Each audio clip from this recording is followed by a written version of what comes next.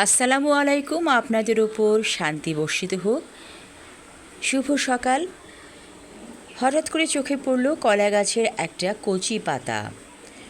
অনেকগুলো গাছের পাতার পাশে কলা গাছের এই কচি পাতাটা একটু ব্যতিক্রমধর্মী, কারণ তার রঙটা অন্যরকম, অতটা গাঢ় না, হালকা একটা সবুজ কালার, বেশ ভালো লাগছে।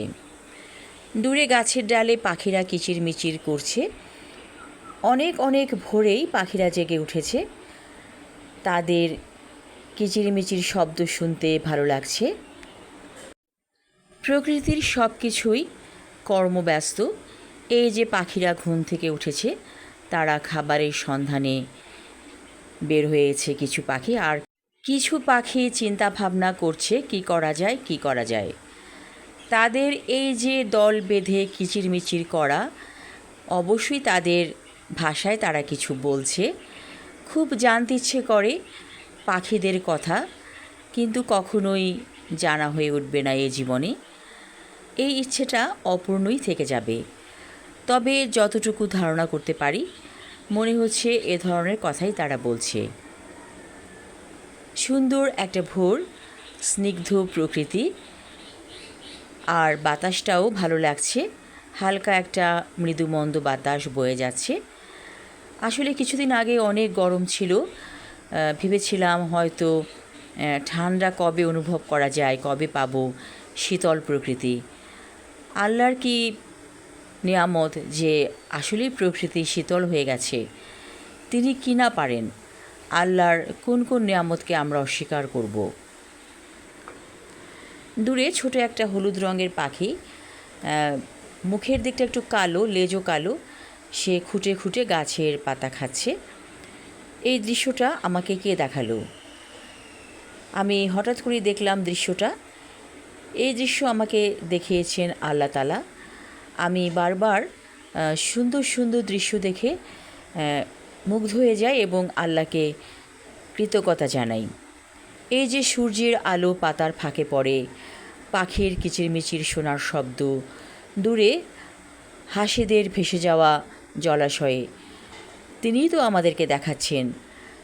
এবং এই যে ছোট ছোট প্রকৃতির রূপ, তেমন কিছু অনবদ্য রূপ অবশ্যই না, কিন্তু যদি সেভাবে আমরা দেখি অন্যরকম চোখে, তাহলে এই দৃশ্যগুলোই অসাধারণ হয়ে ওঠে চোখের সামনে।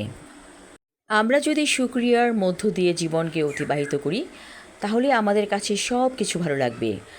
যখনই আমরা নাশকর হয়ে যাব কোনো বিষয়ে, তখন কিন্তু আমাদের মনের শান্তি নষ্ট হয়ে যাবে। আমাদের সমাজে কিছু মানুষ আছে, তারা হয় কি নিজেরা সুখী না এবং অন্যের সুখকে কিভাবে নষ্ট করা যায় সেই ধরনের প্রচেষ্টা চালায়। এই ধরনের মানুষকে বলা হয় ফুল ফোটানো মানুষ অথবা বিষ সদৃশ মানুষ।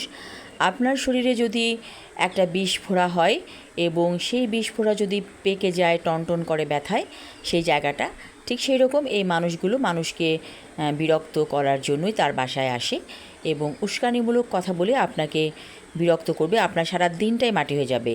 আপনি প্রয়োজনে এই ধরনের মানুষগুলোর সাথে প্রয়োজনে দুর্ব্যবহার করে তাড়িয়ে দিন আপনার জীবনের খাতা থেকে, কারণ আপনি তাদেরকে অনেকভাবে বুঝিয়েছেন ভালো পথে আসার জন্য, কিন্তু কোনো উপমা, কোনো উদাহরণ তারা কোনো কিছু গ্রহণ করেনি। তাদের গ্রহণ করার যোগ্যতা, সামর্থ্য, শিক্ষাগত যোগ্যতা কিছুই নেই।